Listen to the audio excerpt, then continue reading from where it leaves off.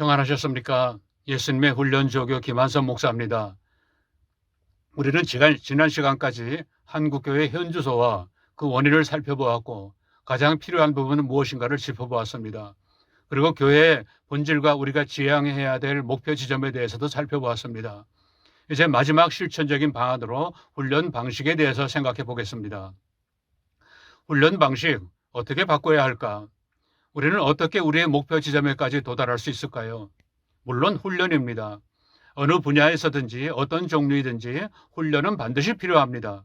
우리의 목표 지점도 다시 정립해야 하지만 그 훈련 방식도 완전히 바꿀 필요가 있습니다. 우리의 현재 훈련 방식에 대해서 살펴보겠습니다. 첫째로 지금까지 훈련 방식은 가르침 중심이었습니다. 교계에서 행해지는 훈련은 설교, 강의 등 거의 가르침 중심입니다. 직접 강의든 통신이든 거의가 가르침을 통하여 훈련을 받고 성장합니다. 제자훈련이라는 명칭도 훈련이 아니라 가르침 위주가 될 수밖에 없습니다. 물론 가르침과 토론이나 의견 나눔과 같은 과정이 제시될 때도 있습니다만은 어떤 면에서는 훈련이 아니라 독서 토론의 정도가 최상이 되지 않을까 합니다. 하지만 이것은 훈련이라기보다는 교육에 가까울 것입니다. 교육은 반드시 필요하지만은 살아있는 신앙 성장을 위해서는 부족합니다. 둘째로 지금까지의 훈련은 타인에게로 연결되지 않고 단절되어 있었습니다. 거의 모든 훈련은 그 훈련을 받는 당사자에게서 멈추어 버립니다. 동일한 내용이 다른 사람에게 흘러내려가지 못합니다. 물론 여러 단계의 교육 과정을 거쳐서 자격을 획득하면은 그동안 배운 것을 다른 이에게 전달합니다. 하지만 그렇게 해서는 훈련이 제대로 이루어지기 힘듭니다. 배운 것을 자기 나름대로 소화하여 전달하는 것이 아니라 직접 흘러갈 수 있게 해야 합니다. 그러나 현재 훈련 방식으로는 자기에게 멈춰버리게 됩니다. 진정한 변화가 아니라 단지 배움에 그치게 됩니다. 셋째로 신앙 훈련의 목표가 너무 낮은 수준이라는 것입니다. 모든 훈련에는 단계가 있습니다. 낮은 단계에서 높은 단계로 올라갑니다. 당연한 말이지만은 신앙 훈련은 너무 낮은 단계에 머물러 있는 경우가 많습니다. 다른 교육이나 훈련에서는 당연하겠지만 기독교 신앙 훈련에는 자기중심적인 태도를 버리게 만드는 것이 가장 중요합니다. 신앙 훈련이란 자기중심에서 하나님 중심으로 바꾸지 않는 한 한계에 갇혀서 더 이상 성장하지 못합니다. 아무리 좋은 신학이나 강좌를 열어도 교회가 변화되지 못하는 이유가 바로 여기에 있는 것입니다. 영적으로는 너무 낮은 수준의 훈련이 지금까지 제공되고 있습니다. 네 번째로는 과정 중심이라는 것입니다. 대부분이 어떤 자격을 획득하기 위한 과정을 거친다는 개념이 강했다는 것입니다. 졸업, 학위, 수료 등 어떤 자격을 얻기 위한 방식에 매몰되어 있는 것이 현실입니다. 물론 당연히 어떤 자격이 필요합니다. 그 일에 맞는 훈련 과정을 거친 사람에게 누군가를 지도할 자격이 주어지게 되어 있습니다. 그러나 신앙 훈련은 그렇게 해서는 한계에 부딪힐 수밖에 없습니다. 전혀 불가능한 것은 아니지만은 그리스도인들이 변화되어서 예수님의 현현을 이끌 정도로 성장하기 위해서는 실질적인 영성을 소유할 수 있도록 훈련되어야 됩니다. 그래서 교회가 다시 살아나야 됩니다. 그러면 어떻게 해야 하겠습니까? 무슨 뾰족한 수라도 있을까요? 물론 무슨 혁명처럼 갑자기 교회 전체가 그렇게 될 수 있는 방법은 없습니다. 성령님께서 시작하시기 전까지는요. 그러나 우리는 실질적인 영적 성장과 변화를 위한 훈련 방식으로 바꿀 수는 있습니다. 아니, 꼭 바꿔야 됩니다. 우선적으로 모든 훈련은 가르침 중심에서 스스로 훈련으로 바꾸어져야 됩니다. 강의나 교육 등 가르침만으로는 실천적인 변화가 쉽지 않습니다. 훈련의 방식을 스스로 훈련으로 바꿔줘야 됩니다.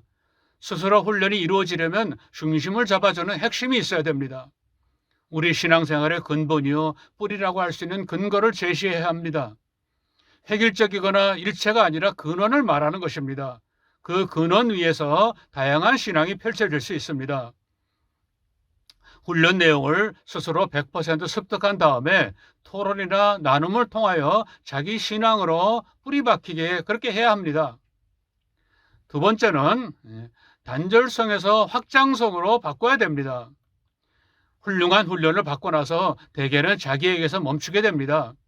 자기 변화라는 효과가 있더라도 확장성이 떨어집니다. 신앙의식을 개혁하려면 공동체성이 담보되어야 됩니다.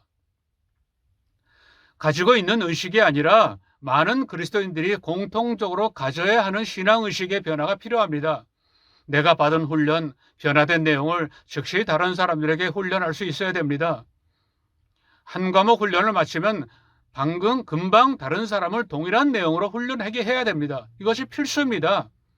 그것은 신앙의식의 현실화입니다. 그럼으로써 의식 변화 운동이 확장되고 공동체성이 이루어지게 됩니다.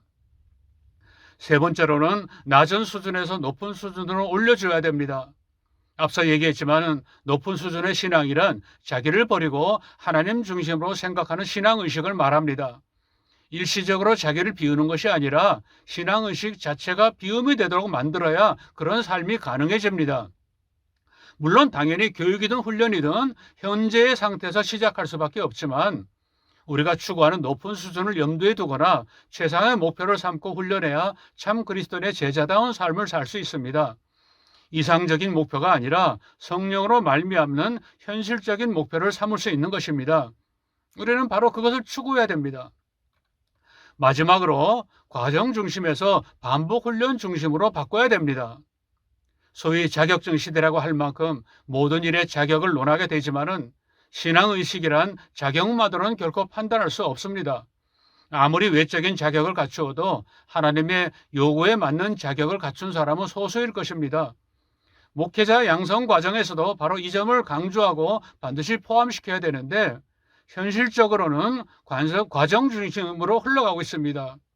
신앙의식 훈련은 반드시 반복 훈련에 행해져야 합니다. 운동선수도 반복 훈련을 통해서 자동적인 동작이 나오도록 훈련하는 것과 마찬가지입니다. 신앙의식으로 깊이 뿌리내리게 하려면 반복 훈련은 필수적입니다. 여러분, 개혁이란 무엇입니까? 본질을 말하고 원인을 분석하여 목적과 목표를 이야기하는 것에 그친다면 그것은 올바른 개혁이라고 할 수 없습니다. 실제로 변화될 수 있는 구체적이고 근본적인 방식을 이야기해야 합니다.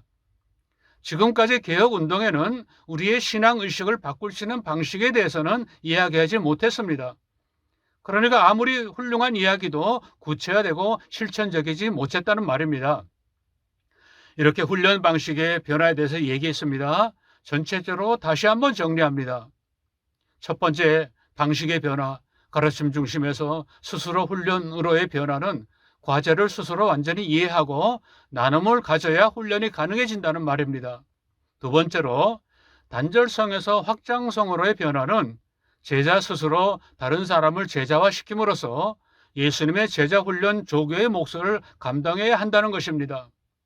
세 번째로, 낮은 수준에서 높은 수준으로의 교회 개혁은 교회 일꾼으로서가 아니라 예수님처럼 세상을 사는 참 제자를 목표로 삼아야 한다는 말입니다.